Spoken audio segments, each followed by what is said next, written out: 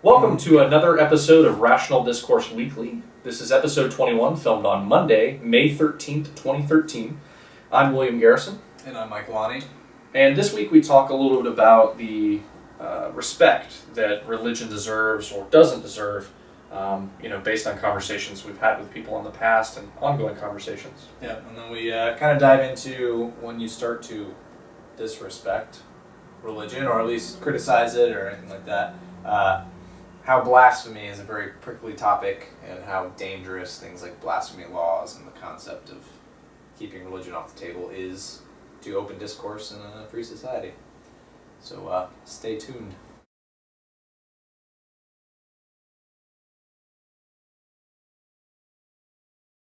So, William. Yeah? What's up? How much? Yeah, I disagree with something you believe, but I still respect you as a human being. Okay. Do you understand how that's possible? Yes, because I'm a logical, rational human being. So you're not a hysterical, oh my god, you don't see my imaginary friend kind of get mad at me sort of guy? Yeah, because I'm a person that realizes that there are more worldviews than my own, and that, if someone believes in ghosts, I can't disprove that there aren't I can't disprove the existence of ghosts. Yep. So I don't look down on someone because they believe in ghosts. But at the same time, I don't respect the belief in ghosts. Yeah. Well, I mean, let's face it, I think we all probably have friends who are close, and at least on one fairly substantial thing, like you disagree with them. Like Stephen. I'm less pro-gun than Stephen is. That doesn't mean that we can't have a conversation during which we disagree vehemently about the topic, Yeah. and then have a beer together. Yeah, it seems to usually start about politics, but that's because politics seems to be a little bit less off the table recently in most people's minds than the topic of religion. I feel like most friends don't talk about religion that much, but politics comes up so often because it more directly and it's more forced on us in our society every at least 4 years. Yeah. Bare minimum, people sort of, whether they really want to or not, it's almost like idea rape. Because after about March, I'm done with the election, and I still have 8 more months to go. But the idea is okay, people will care, and even though it's a topic that people know other people are sensitive about, they will still have the debate. And no one ever gets anywhere, but that's beside the point. Most people don't end a relationship with someone based on the conversation, and yet religion somehow is taken to a different level. I think religion and politics are usually equated on that sort of potentially taboo level. subject. Yeah. I know, I don't really bring up politics with my mom because, first of all, it doesn't really work as a discussion, and second of all, she's wrong. Well, that's the point. But no. Well, that's why it's important. You said earlier the discussions don't work. As long as they're civil, even if you don't come to a conclusion during the initial discussion, if nothing else, what seems to be taken away from the discussion, and it's the same reason why we have this podcast, why we do Rational Discourse Weekly, is that if the only thing that people take away from this is that, this is why people feel this way, then at least we've given them some insight, and they can go home, think about it, search their feelings, that sort of thing. Well, just I think like we've tried Luke. to be pretty even keeled. We get a little snarky. I know that, and obviously our positions are well known, and we're not, sympathetic to the theist position. But at the same time, we have tried, and we have had active conversations about this more than one time, about not turning in to assholes for the sake of catering to an audience. I want us to bring in people who don't agree with us, partially or fully, to broaden our base, broaden the discussion, broaden the number of people who are having the discussion. And respect is important to that. So I think the baseline assumption is there's at least has to be a basic measure of social respect built in. I mean, if I walk in the door, I'm not going to walk into a church and start spitting on Christians. It's just not, that doesn't accomplish anything. Yeah. It just angered them and made atheists look like assholes. So, I mean, if you grant the basic assumption of let's have a civil discourse, okay. But now you try and approach that civil discourse with a religious person, And very often, I know you've got it online and I've got it in real life, why basically can't you just let it be?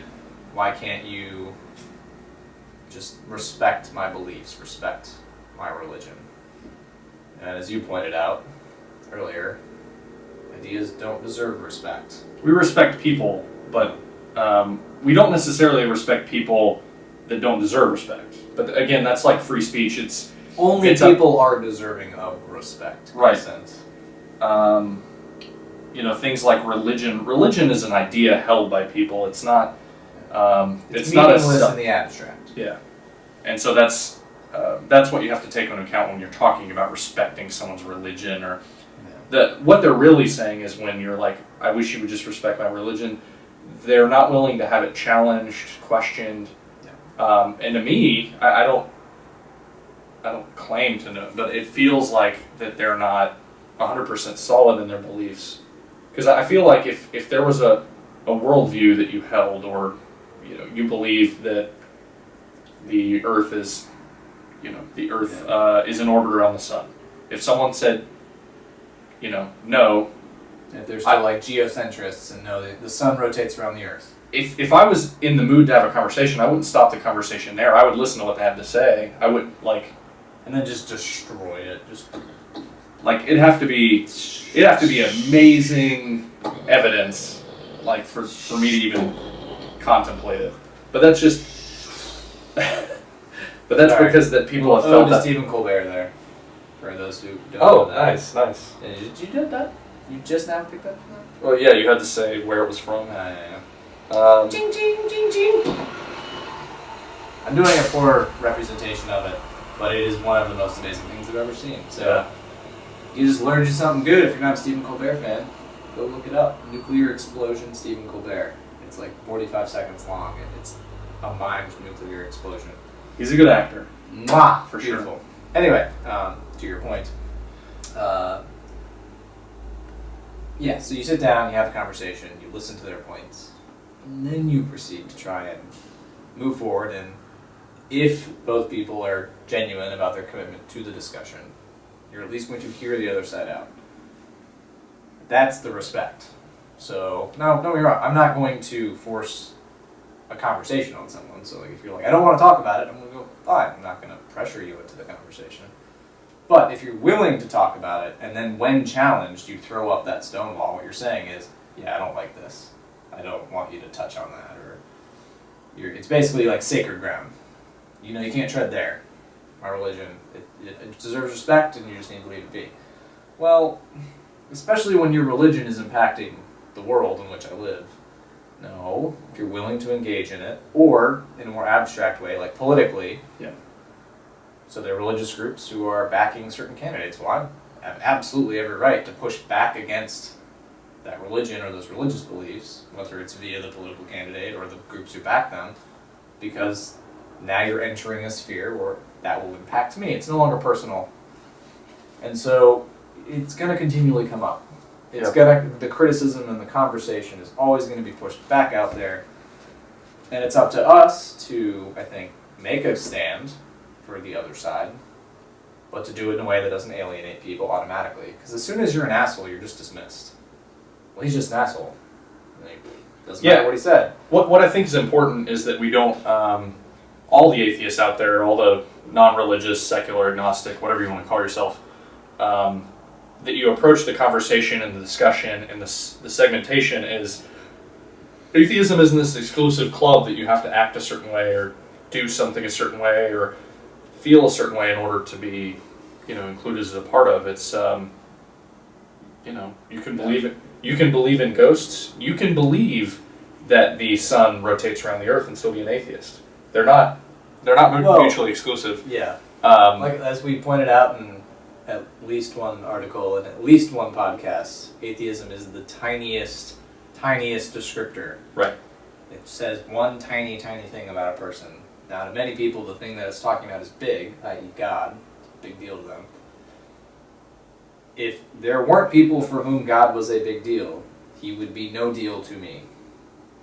I don't bitch about unicorns to people. I don't worry about... Because people aren't trying to shove unicorns down our throat. Chomping me in my sleep with his pincers. Yeah. killing my whole family. No, these are things that don't register on, they're not part of my ontology. They don't exist for me, so why would I worry about them?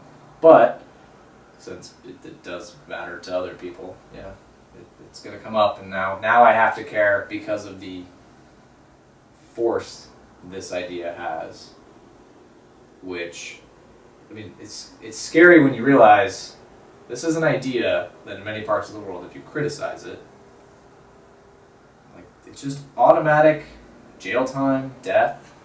You can be stoned in some areas for insulting Allah. Right. Well, first of all, if nothing else, cast out of the country, which could be your measures. home. How many people are in exile, political or otherwise? And I was watching. It's an audio clip, but there is a beautiful photo of Stephen Fry and Christopher Hitchens. But it's about 80 minutes long, and we'll link to it in the video. It's long, but first of all, I could listen to Stephen Fry and Hitchens talk pretty much indefinitely. But it's all about blasphemy, and they're talking about the anti-blasphemy laws that came up after a lot of, especially in the wake of, well, I should say, this was from 2006, so this was from previous events, but it recently popped up again, especially in the EU, with that shitty Mohammed video that came out, and of course then everyone was like, they thought it was related to the bombings, and and there were protests that were not in Benghazi that were about that. Right. So it's not to say that it didn't have that effect, but of course it came up. We should protect against blasphemy. We should respect the opinions of these people or the beliefs of these people, and every free speech advocate in the world shit their pants basically, because that is if there is a sacred cow to us, I would say as secularists, free speech is probably my top one. Yeah. I don't know if there's anything that takes more maybe beer primacy. Maybe actually beer close second. Yeah. It's like free speech. You don't touch my beer. Beer. Like if they outlawed, if we went through Like another prohibition. What if you had your beer, but then you were arrested because you advocated for Bud Light instead of Bud Light Lime? Yeah. Which you would never do. We're free beer advocates. Yeah. And that's such a scary idea that people don't seem. Because first of all, people only react harshly because they're insulted. Either vicariously because it's God who's insulted or whatever. But so they're like, even if it's a different God, they're like, well, I If they don't want didn't my care. God insulted. yeah, if they didn't care, they wouldn't bother even with the law, and they wouldn't bother with enforcing the law. But there are many regions of the world where this is a sensitive subject, and I grant that. That's fine. It can be a sensitive subject. I'm not asking for you to adopt all of the Western norms, but if there's one thing that I feel that is key to humanity being able to overcome the sort of totalitarian urge of, well, religious, theocracy. Not to say it's the only place it comes up, but anytime a religious group seems to get in power, one of the early moves seems to be to shut down dissent and enforce their religious interpretation of people. And the ability to criticize that and to undermine that is critical to, I think, keeping that at bay.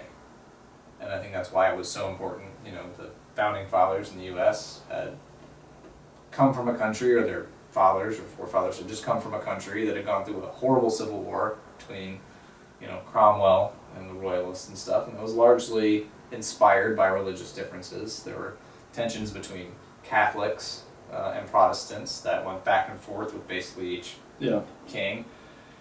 And that was relatively low key. I mean, you get like Germany, where each little principality out of 300 something, or whatever, or maybe 3,000, had a particular religious alliance, and then wars would break out, and they would all side with a particular religious group. You had the 7 Years' War, which was largely religiously motivated, that tore up all of Central Europe. These people got it. They were like, religion should never be in power. Yeah. In the type of societies we at least adhere to, because it wrecks everything. So how about we just say, keep it fully out of the public sphere. You can criticize it, you can do whatever you want, you can believe it personally, but you can never enforce it politically. And that's what blasphemy laws attempt to do. And that's why it's scary. It's because it's always, everyone's going to be protected. But no, the group who's really protected is the group who can enforce enforce the law against others, which means it's majority against minority, which definitely would be us. And luckily we live in a country that, as a minority, people still hate us. Like, not a large number of people, but there are people that hate most atheists. people would rather be pedophiles, according to an online survey that I saw. Which saddened me. But the fact that, like, the recent Pew polls are like 1 in 5 Americans are non-religious out of the thousands or whatever that were surveyed. Yeah. Non-religious doesn't mean atheist. I just mean that in general, they're either non-affiliated, agnostic, atheist, or just generally apathetic. Yeah. But either way, they don't identify themselves with the fact that we're still in a minority, but we live in a place that we're not like actively hunted down or looked down upon by our government, jailed, killed. Like, we're in a good place to have this discussion and try to spread the word. And like, you try doing this in Saudi Arabia or Afghanistan in a Taliban-controlled area. No thanks. Yeah, you could get bombed. You could get hung. Hanged? Hanged. Okay. If it's past tense. That one always didn't sound right. But you're only hanged if you are. If you have dropped from a rope until dead. You like, I hung the picture on the wall. Right. You hanged the picture on the wall. It just makes me wonder what the hell the picture did to you. That's right, I hanged it. Anyway, so that's, I think, given that we have this proclivity for talking and discussing this, when you start contemplating the efforts of people, anytime you have something that's sacred that can't be discussed, it's like the creepings of that sort of totalitarian feel in my mind. Whenever you have something that is out of bounds, that's dangerous. Well, and because you can always hide behind that and then try and push those bounds out so that more things fall under that sphere of protection. Going back to a previous episode where we talk about like Islam, like this type of behavior, these blasphemy laws seem far more common in Muslim countries, and that's another reason why it's a point of focus. We're not saying that, we still are adamantly against, talking about in the beginning of this podcast, adamantly against Christians that are saying that their belief should be off limits, because we don't even think the discussion about whether or not blasphemy laws should be enacted in this country, that discussion's off the table to us. Like, especially because we're such a diverse country of different religions and beliefs and stuff. But, we hope that kind of secular state eventually, presses its way across the entire world.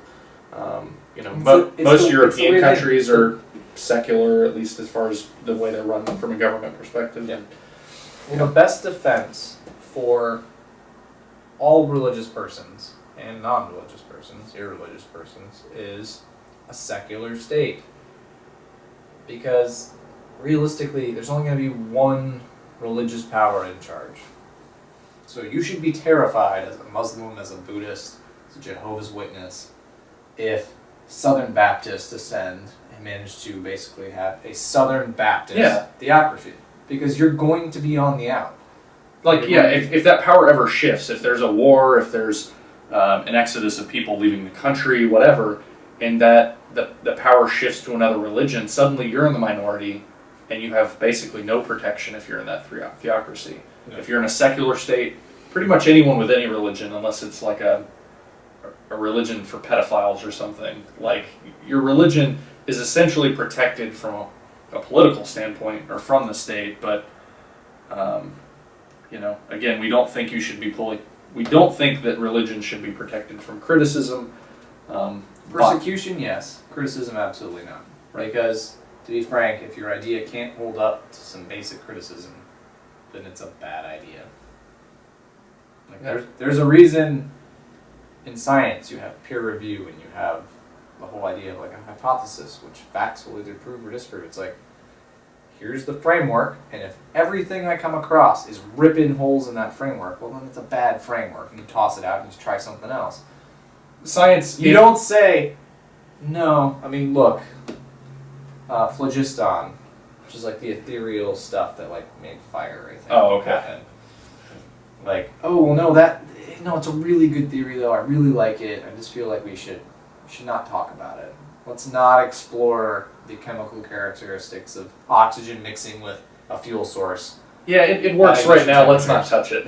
Yeah, I like it, and I'd rather we just left it be. No, you can't. Science is an open door to basically attack the beliefs, the evidence, the hypothesis, the theories. It's about finding weaknesses in an idea, basically, and saying, okay, well, in science is open for discussion all around.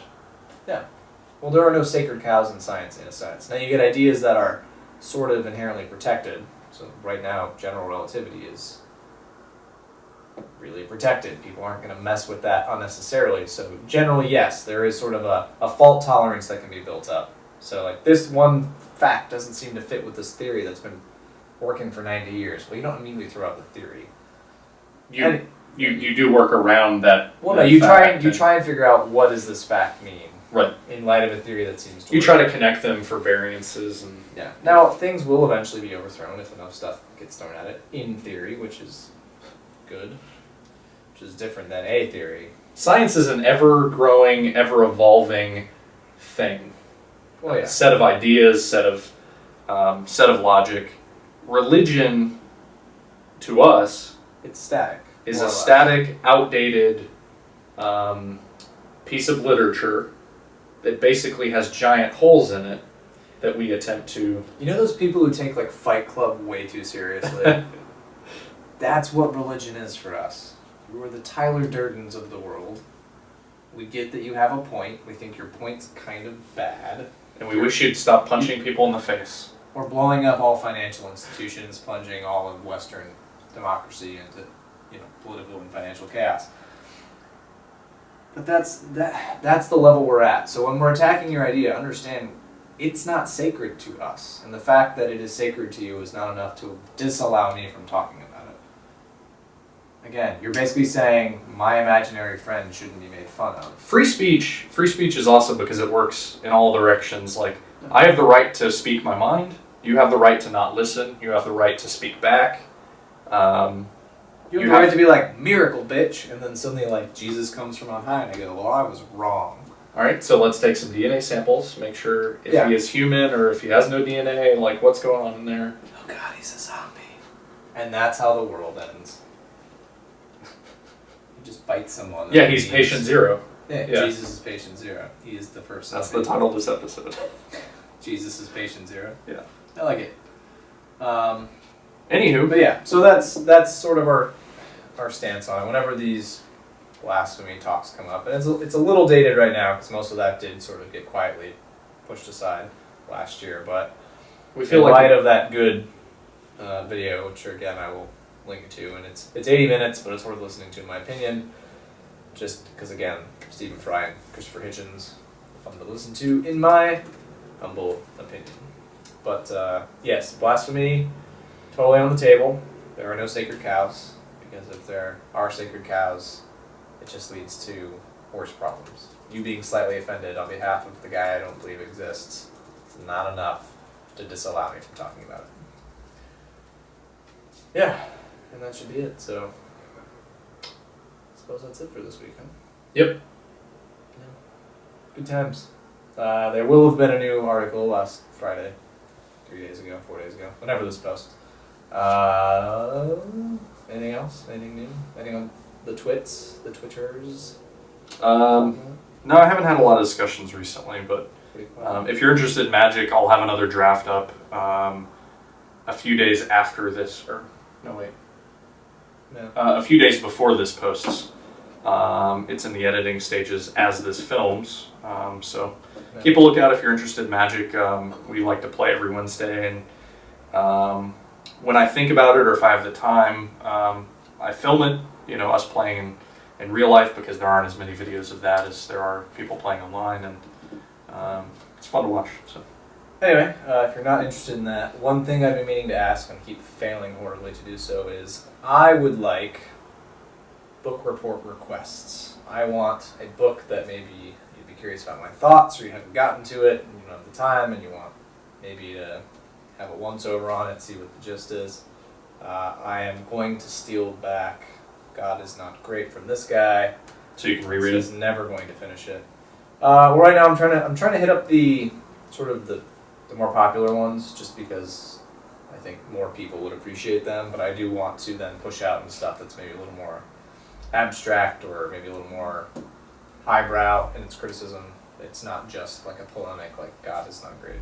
Not that it's not a good book, but sort of stuff like that. So if you have any suggestions or whatever, please let us know. You can drop in the comments, or you can follow us on Twitter and hit us up that way, or you can follow 37G on Twitter. There's 3 ways to follow us. It's pretty awesome. Google Plus is an option. Facebook will never be an option. That's not true. We're probably going to do Facebook at some point. Makes me sad. We'll see. Anyway. I'm fighting. I'm fighting too, but it makes sense. Anyways. Alright. So until next week, thanks for watching, and we will see you next